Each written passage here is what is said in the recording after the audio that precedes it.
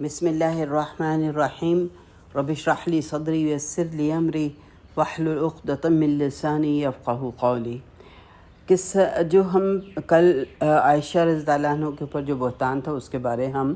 ذکر کر رہے تھے، اس کو کہتے ہیں قصہ افق، اس کا یعنی کہ بہتان لگانا، عربی میں افق بہتان کو کہتے ہیں۔ ذکر کر چکے ہیں کہ عبداللہ بن ابی کو اللہ تعالیٰ نے قرآن میں اس کی منافقت کا ذکر کر دیا تھا، جس کی وجہ سے اس کو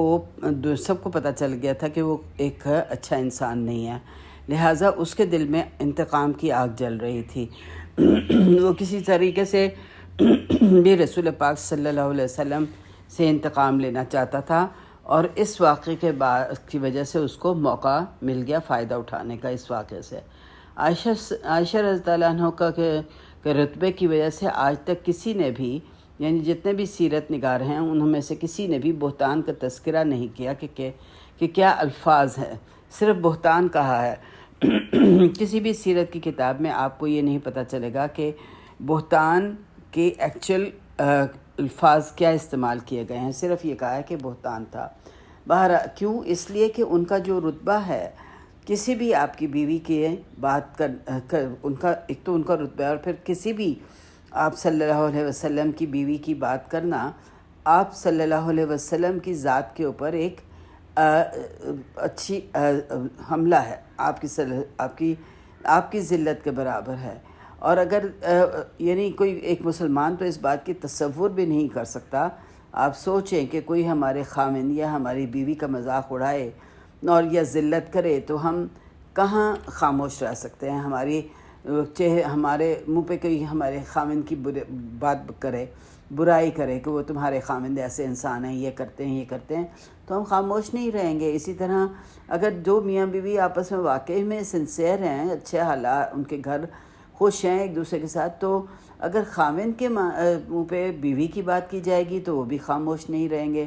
تو یہ ان کے اپنے گھر کی بات ہے، وہ ذلت ہے۔ تو اس لیے ایک خامند کی عزت ایک بیوی کی عزت ہوتی ہے، اور ایک بیوی کی عزت ایک خامند کی عزت ہے۔ اسی لیے اہل بیت جو جتنے بھی ہیں رسول پاک صلی اللہ علیہ وسلم میں، جس میں ان کے بچے اور ان کی بیویاں سب آ جاتے ہیں، یعنی پوتے پوتیاں، نواسے نواسیاں، پوتے تو تھے ہی نہیں تھے، نواسے اور آ جاتے ہیں، تو ان سب کی جو عزت ہے وہ ہمارا فرض ہے۔ اور اگر آج بھی کوئی ایسا کام کرتا ہے تو ظاہر ہے کہ وہ ایک شدید گناہ ہے، اور ان کے ساتھ میل جول رکھنا جو ہے وہ مناسب نہیں ہے۔ کیونکہ آپ سوچیں کہ اگر آپ کی والدہ یا آپ کو پتہ یہ ہو کہ یہ لوگ میری والدہ یا میرے والد کی عزت نہیں کرتے، تو کیا آپ ان کے ساتھ تعلقات رکھیں گے؟ کیا آپ ان کے ساتھ آئیں گے، جائیں گے، کھائیں گے، پئیں گے؟ آپ ایسا نہیں کریں گے۔ اسی لیے آج بھی اگر ہم یہ دیکھیں کہ کچھ لوگ ایسے ہیں جو ایسا کام کرتے ہیں، تو ہمیں ان کے ساتھ میل جول جو ہے وہ نہیں رکھنا چاہیے۔ بہرحال بات یہی ہوئی تھی کہ صفوان ابن معقل جو نے عائشہ رضی اللہ عنہ کو جب پایا تو ایک لفظ کہے بغیر لا حول ولا قوت الا باللہ کہا، اور اونٹ کو بٹھایا، اور عائشہ رضی اللہ اس پہ سوار ہوئیں، اور پھر فوراً ہی جلد ہی آ کے کاروان کو مل گئے جو مدینہ میں داخل ابھی نہیں ہوا تھا۔ عبداللہ بن ابی غصے سے ابل رہا تھا، انتقام لینا چاہتا تھا، اور اس کو اپنی اس ذلت کا بدلہ لینا چاہتا تھا جو کہ قرآن میں اللہ تعالیٰ نے اس کے بارے کہے تھے کہ اللہ تعالیٰ نے کہا تھا واللہ یشہد ان المنافقین لکاذبون، کہ اللہ گواہی دیتا ہے کہ منافق جو ہیں وہ جھوٹے ہیں۔ اس نے جب دیکھا کہ عائشہ رضی اللہ عنہ ایک نوجوان لڑکے کے ساتھ لوٹ رہی ہے، تو اس نے ان کے بارے میں باتیں بنانا شروع کر دی۔ عائشہ رضی اللہ عنہ کے زبانی وہ کہتی ہیں کہ میں آتے ہی، یعنی جب وہاں سے لوٹی اس غزوہ سے، تو جب میں لوٹی تو میں بیمار ہو چکی تھی، بہت بیمار ہو گئی، اور 1 ماہ تک میں گھر سے نہ نکل سکی، اور اب مجھے نہ نکلی اور نہ ہی مجھے کچھ پتہ چلا کہ کیا ہو رہا ہے، کیا افواہیں، نہ مجھے کسی نے بتایا کہ کیا افواہیں گردش کر رہی ہیں۔ کہتی ہیں سوائے ایک بات کے کہ مجھے رسول اللہ صلی اللہ علیہ وسلم میں وہ اتنی فری نہ تھے، اوپن نہیں تھے رہے تھے جتنا وہ پہلے تھے۔ وہ صرف آتے اور میرا حال پوچھتے اور چلے جاتے تھے۔ کہتی ہے کہ مجھے صرف یہ بات ایک عجیب لگی اور اس کے علاوہ اور کچھ نہیں سمجھ میں آیا کہ کیا ہو رہا ہے۔ اب اگرچہ آپ صلی اللہ علیہ وسلم کو عائشہ رضی اللہ عنہ کی معصومیت کا پکا یقین تھا، مگر عائشہ رضی اللہ عنہ کی بیماری کی وجہ سے اور لوگوں کی باتوں کی وجہ سے خاموش تھے، اور آپ خود بھی بہت پریشان تھے۔ یہ کہتی کہ جب میں ٹھیک ہو گئی تو میں ام مستح، مستح کی امی کے ساتھ میں اپنی حاجت کے لیے گئی۔ یہ کہتی ہیں کہ ہمیں واش روم کے لیے صرف کچھ دفعہ جانا پڑتا تھا، کچھ راتوں کے بعد ہم واش روم جاتے تھے۔ یہ اس وقت سے پہلے تھا جب کہ عربوں نے اپنے گھروں میں وہ جو ریسٹ رومز ہیں یا واش رومز ہیں بنانے شروع کر دیے تھے۔ ان کی زندگی میں ہی حالات بدل گئے تھے۔ عرب اس بات کو پسند نہیں کرتے تھے کہ ان کے گھروں کے اندر ٹوائلٹس ہوں، کیونکہ فلش کا کوئی انتظام نہیں تھا، لہٰذا صفائی جو تھی وہ ممکن نہ تھی۔ اب عائشہ رضی اللہ عنہ کی جو ڈیتھ ہے وہ 56 ہجرہ میں ہوئی تھی۔ اس وقت تک حالات بہت تبدیل ہو چکے تھے، عرب بہت تبدیل ہو گیا ہوا تھا۔ صرف 20-30 سال بعد امہ تبدیل ہو چکی تھی، یہاں تک کہ آرکیٹیکچر بھی بدل گیا تھا۔ دولت کی تو کوئی حساب ہی نہیں تھا جو کہ ان کو مل گئی تھی، اور وہ عرب جو جاہلیت میں ڈوبے ہوئے تھے دنیا کے حکمران بن چکے تھے۔ عائشہ رضی اللہ عنہ کو کہنے کا مقصد یہ تھا کہ کھانا پینا اتنا کم تھا کہ باتھ روم روز استعمال کرنے کی ضرورت نہیں پڑتی تھی۔ ہم یہ جانتے ہیں کہ عائشہ رضی اللہ عنہ نے کہا کہ اکثر ہمارے پاس 2 کالی چیزوں کے علاوہ اور کچھ نہ ہوتا تھا، اور وہ ہے کھجور اور پانی، یعنی بہت کم کھانے پینے کو ہوتا تھا۔ لہٰذا کہتی ہیں کہ ہم چند خواتین مل کر جاتی تھیں، اور اس دفعہ عائشہ رضی اللہ ام مستح کے ساتھ، یعنی ان کی رشتے کی خالہ تھی، ان کے ساتھ چلی گئیں۔ واپسی پر ان کا پاؤں پھسلا اور ام مستح گری، مگر فوراً ہی ان کے منہ سے نکلا بربادی ہو مستح کے لیے۔ اپنے ہی بیٹے کے لیے انہوں نے یہ کہا جس سے ظاہر ہوتا تھا کہ وہ ان کو کوئی ایسی بات ڈسٹرب کر رہی ہے اپنے بیٹے کے بارے میں کہ جو کہ ان کو پسند نہیں ہے۔ عائشہ رضی اللہ عنہ نے جب یہ سنا تو انہوں نے ان سے کہا کہ آپ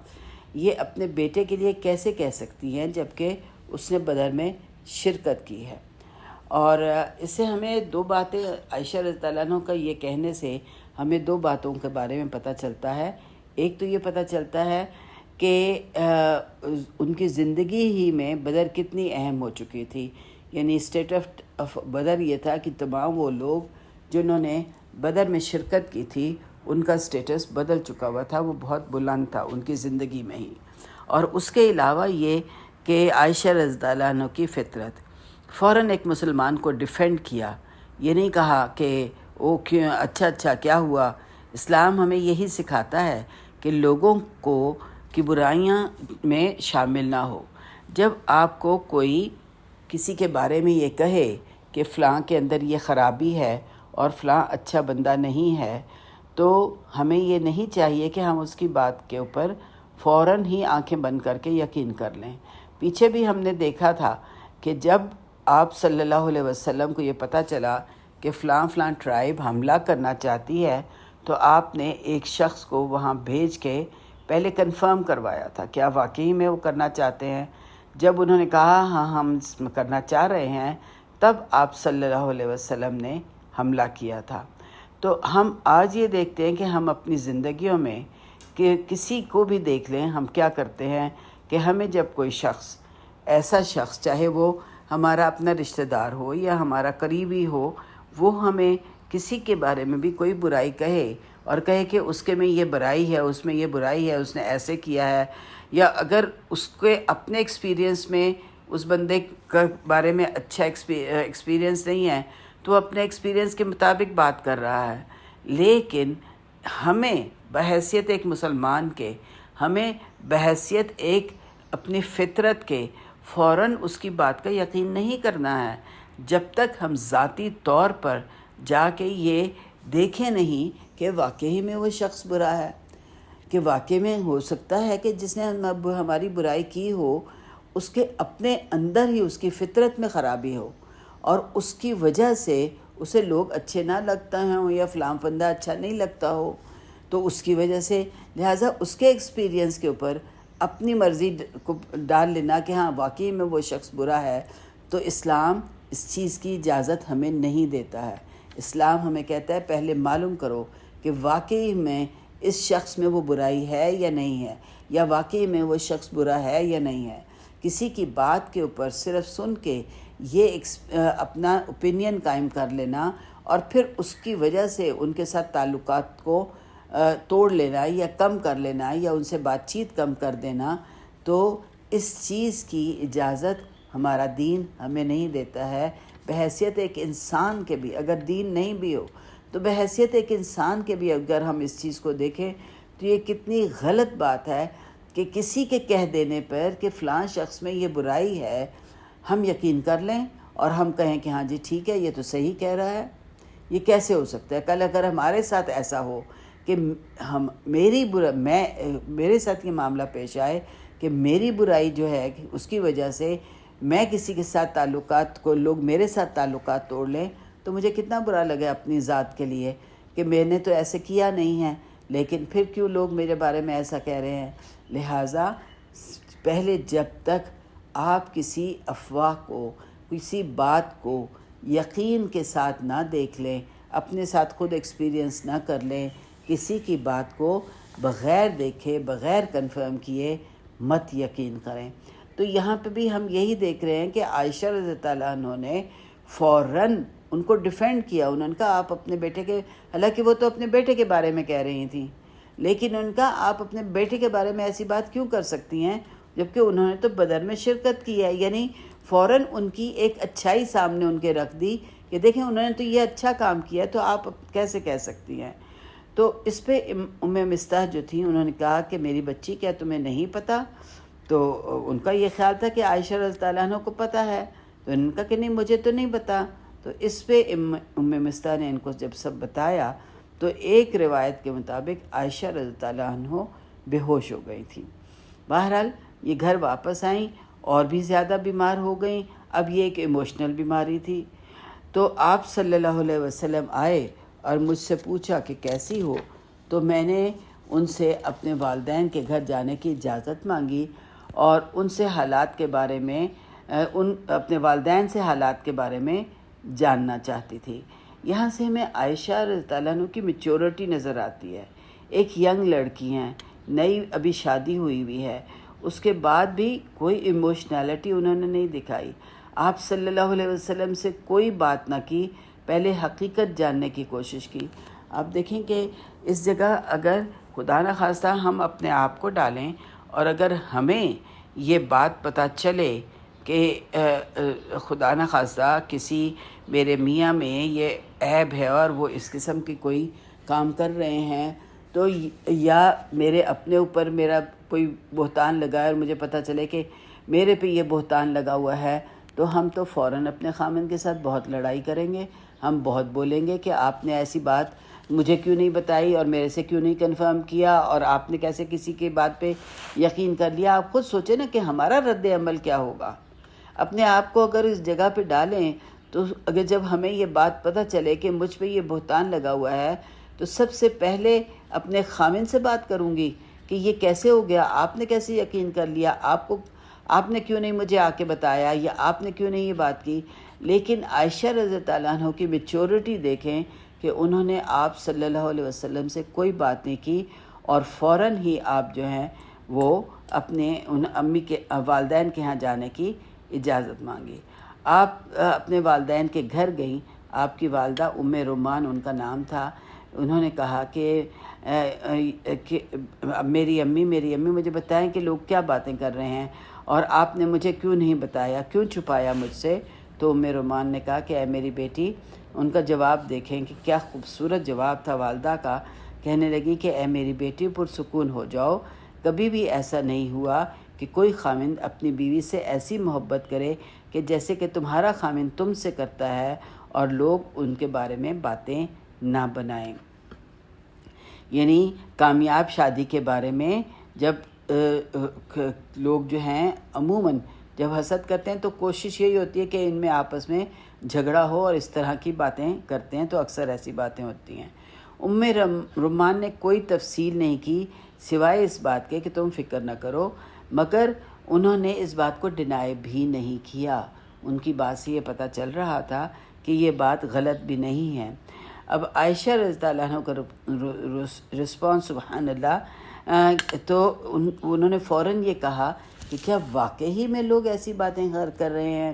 یعنی ایسی خاتون تھی کہ بری سوچ بھی ان کے پاس سے نہیں گزری تھی، ان کے دماغ میں بھی یہ بات نہیں آ سکتی تھی کہ کوئی اتنی گری ہوئی بات ان کے بارے میں کر سکتا ہے، ان کو یقین نہیں تھا۔ کہتی ہیں کہ میں ساری رات روتی رہی، میرے آنسو رکتے ہی نہ تھے اور رات کی نیند کا مزہ میں نہ لے سکے۔ ایک بے بسی کا عالم تھا کہ یہ حملہ ان کی ذاتی زندگی پر تھا، اور نیولی ویڈ تھیں، نوجوان لڑکی تھیں، اس قسم کی بات سن کے، اور اگر ظاہر ہے کہ اگر کوئی ایک اچھی سیرت کی خاتون ہوں گی، اخلاق اچھا ہوگا اور کسی قسم کی کوئی ایسی بات نہ ہوگی، اور اگر ان کے اوپر ایسی بات لگائی جائے تو کتنا دکھ ہوگا اس خاتون کو کہ جس نے کہ کبھی اس طرح کی بات سوچی بھی نہ ہو۔ بہرحال جو اللہ تعالیٰ نے جس اس کے بارے میں، عبداللہ بن ابی کے بارے میں یہ کہا ہے کہ قرآن کہتے ہیں کہ والذی تولیٰ کبرہ، کہ وہ جس نے اس بات کا ذمہ لیا، یعنی کہ وہ بات جو اس بات کا انچارج تھا۔ عائشہ نے یہ قرآن کی آیت پڑھ کر کہا تھا کہ یہ عبداللہ بن ابی تھا، اور اس کے ساتھ اس کے کچھ خزرج کے لوگ تھے۔ اس کے بعد 3 اور صحابہ بھی تھے جو اس بات میں شامل ہو گئے تھے۔ ایک یہی مصطح تھے، دوسرے حملہ بن جہش تھیں، اور حسان ابن ثابت تھے۔ یہ افواہ پھیلانے، مطلب انہوں نے یہ افواہ کریٹ نہیں کی تھی، لیکن یہ افواہ پھیلانے میں، یعنی کہ جیسے کہ کہنے میں کہ تم نے سنا کہ یہ بات ہو گئی ہے، تم نے سنا ہے کہ عائشہ کے بارے میں کیا بات ہو رہی ہے، تو صرف ان کا پھیلانے میں نام تھا۔ تو ہمارا دین میں افواہ کرنا حرام ہے، اور چاہے کوئی عام ہی بات کیوں نہ ہو، اور کہا یہ کہ کسی کے عزت پر حملہ کیا جائے، تو اس لیے جو بات تھی ان کے پھیلانے کے بھی اللہ تعالیٰ کو یہ بات پسند نہیں آئی۔ اس کے بارے میں خیر ہم بعد میں بات کریں گے، لیکن عائشہ رضی اللہ تعالیٰ جو ہیں وہ کہتی ہیں کہ حملہ بن جہش جو تھیں وہ زینب بن جہش کی بہن تھی۔ زینب بن جہش جو کہ رسول پاک صلی اللہ علیہ وسلم کی دوسری بیوی تھی، اور زینب اور مجھ میں زینب واحد خاتون تھیں جو کہ ہمارے میں آپس میں مخالفت تھی، اس لیے انہوں نے اپنی بہن کی مدد کی، اور اللہ نے زینب کی مدد کی اور ان کو پروٹیکٹ کیا۔ یعنی عائشہ رضی اللہ عنہ نے زینب رضی اللہ عنہ کی کوئی برائی نہیں کی، انہوں نے صرف یہ کہا کہ حملہ بن جہش نے یہ بات اس لیے کی ہے کہ وہ اپنی بہن کو پروٹیکٹ کرنا چاہتی تھیں، اور ساتھ میں یہ بھی انہوں نے کہا کہ عائشہ میں اور زینب میں آپس میں اتنا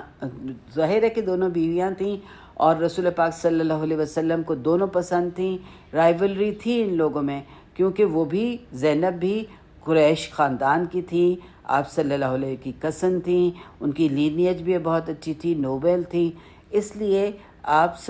زینب کے بارے میں کوئی بات نہیں کی، اور خود کہتی ہیں کہ زینب کی دینداری نے ان کی حفاظت کی۔ اور عائشہ آگے بتاتی ہیں کہ میں نے آپ صلی اللہ علیہ وسلم سے ان دونوں میں جب عائشہ رضی اللہ عنہ چلی گئیں اپنے والدین کے گھر، تو ظاہر ہے کہ پھر رسول پاک صلی اللہ علیہ وسلم نے یہ کام کیا کہ ان لوگوں عائشہ رضی اللہ عنہ کے بارے میں گواہیاں لی، اور یہ بات عائشہ رضی اللہ عنہ کو بعد میں پتہ چلی، اس وقت نہیں پتہ چلی تھی۔ کس سے گواہی لی؟ ایک تو علی بن طالب تھے، اسامہ ابن زید تھے، یہ دونوں آپ کے گھر میں دن رات رہتے تھے، اور ظاہر ہے کہ اسامہ جو تھے وہ اس وقت ان کی جو عمر تھی وہ 13-14 سال کی تھی، اور یہ دونوں آپ کے گھر رہتے تھے، دن رات آپ کے گھر آنا جانا تھا، اور حالات کو بہت اچھی طرح سے سمجھتے تھے، اور یہ بھی جانتے تھے کہ رسول پاک صلی اللہ علیہ وسلم عائشہ رضی اللہ عنہ کو کس قدر پسند کرتے ہیں، اس تمام حالات جانتے تھے۔ اس لیے آپ صلی اللہ علیہ وسلم نے علی رضی اللہ عنہ سے اور کہ اسامہ بن زید سے سوالات کیے۔ اس کے بارے میں انشاءاللہ ہم اب کل بات کریں گے، یہاں پہ بات پھر لمبی ہو جائے گی۔ تو اللہ تعالیٰ سے دعا ہے کہ اللہ تعالیٰ ہمیں عقل سلیم عطا فرمائے، نہ ہی ہم کسی کے بارے میں افواہ اڑائیں اور نہ ہی اس کو پھیلانے کی کوشش کریں۔ جہاں پہ ہمیں کسی کی بات کے بارے میں علم ہو، بجائے اس کے کہ ہم کسی دوسرے سے کہیں کہ تمہیں پتہ ہے ایسی بات ہوئی ہے، یا کسی کے بارے میں اگر کسی کوئی غلط رائے قائم رکھتا ہے تو اس کی رائے کے مطابق اپنی رائے کو بنا لینا، یہ بھی ہمارا دین اس بات کی اجازت نہیں دیتا۔ اللہ تعالیٰ سے دعا ہے کہ وہ ہمیں ہدایت سے نوازے اور رشتہ داریوں کو نبھانے میں ہم ایک اچھا کردار ادا کریں۔ آمین۔ ربنا تقبل منا انک انت السمیع العلیم وتب علینا انک انت التواب الرحیم وصلی اللہ علی نبینا محمد وعلی آلہ وصحبہ اجمعین وآخر دعوانا الحمد للہ رب العالمین۔